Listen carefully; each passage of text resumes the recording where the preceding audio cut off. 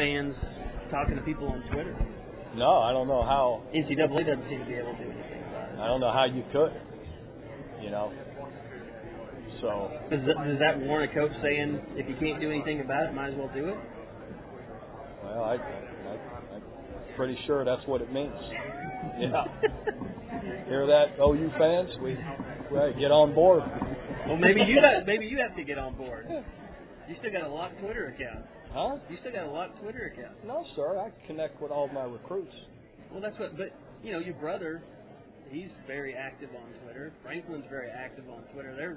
They seem to be cultivating. I don't have the fans personality those guys have. Coach, when you have family reunions, do you and your brother over at Kentucky get in any kind of battles between the SEC and Big 12? No. He laughs at me. He doesn't care. We don't worry about that. Well, I guess I just took exemption with when everyone wants to label something, it's all inclusive. Is it really? I mean, when you're talking about 16 teams? You tell me. Just like we have teams sometimes in our league that don't do so well, or if some team does really well, that doesn't make us this or that, the entire conference. So, you want to ask about certain teams, then yeah, but don't label it, don't put everyone in that category. Based on that, how strong do you think your conference is going to be this year? We'll see. It traditionally has been pretty strong. I mean, we're coming off a year. I don't know how many teams we have in bowl games a year ago. 9 of the 10, so pretty strong. But there's so many people with inexperienced quarterbacks, and you only have. Yeah, we'll see. We'll see.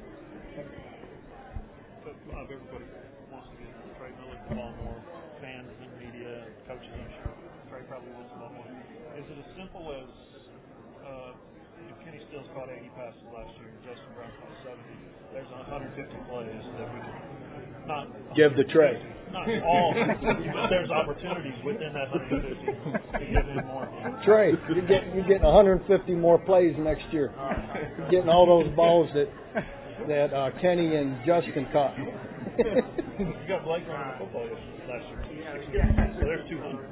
No, but is it as simple as that? As we've got more plays now, those pass plays are gone. I don't want to totally discard that because the receiver position's different, but it is fair to say that if certain plays to him are working and working well, then that could happen to a degree. But but again, you set up your game plan. There's only so much you can do about it in that position. I'm guessing he probably doesn't have a physical limit.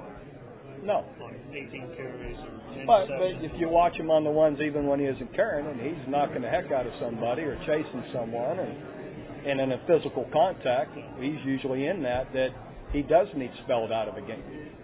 And he's our best special team guy. Yeah, the hard part is he's your best blocker up front.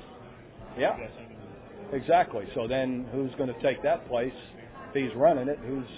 Who's blocking, doing the things he usually does? So I think it's fair to say we've done a pretty good job of giving him opportunities and having success with the way he plays. So I don't know that we'll deter from it very much because I don't know that you can.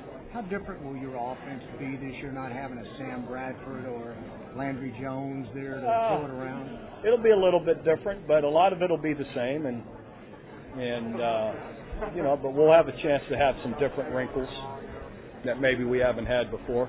You mentioned the frustration. I've read comments about going 10-3 and people not being happy with that. I'm just saying that's just where we've come. When I first got here, all they wanted to do was beat Texas, and everybody thought that was be good. Well, I knew that wasn't the case. So a lot of people would kill to be 10-3. Yeah, a lot would, but not here. So we're constantly trying to improve. So what did you do in the off season to say I got to get better from 10-3? We tried to work harder and smarter, and tried to coach better. Players tried to work a little better. All those things. Anything changing in the way of X's and O's? Yeah, well, I sure wouldn't say if I was. So. You said earlier, Bob, that you weren't even not everybody appreciated it, even in 2000. I assume you were sort of not really telling the truth here. There really was no one didn't appreciate it in 2000, did they? Well, sure. You always have a letter. They didn't like this. They don't like that. They didn't like how we put wider stripes on the pants, and whatever. It's hard to please everybody in this position. Do you still enjoy this job? I bet there's people that aren't pleased with you, Barry. All those great articles you write, even. I might be one of them. Bob, did you care about the response to the propaganda comments? I mean, you say things. I don't hear or see 3/4 of the response. Right. I don't have time to sit and watch or read all the day. Why would that matter? No, I'm just asking. No.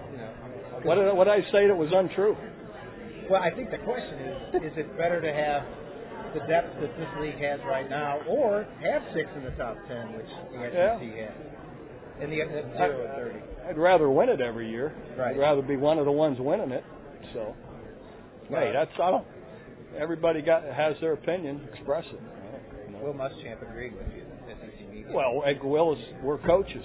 He knew if he was in my spot, he'd say the same thing.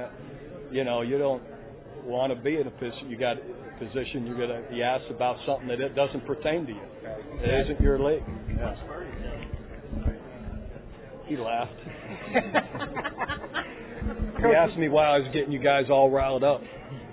With the changes in the rules, are you concerned that college is going to try to legislate defense out of the game like the NFL is trying to do? Well, they've been doing that for quite a while. But college football has still been the most physical of the sports, it seems like. The NFL, you get fined every week when you blow people up like college. No, but it's still the right thing to do if you're talking about the targeting rule, and I think it's even better for the NFL. Those guys are getting more aware of it, are trying to avoid those kind of hits.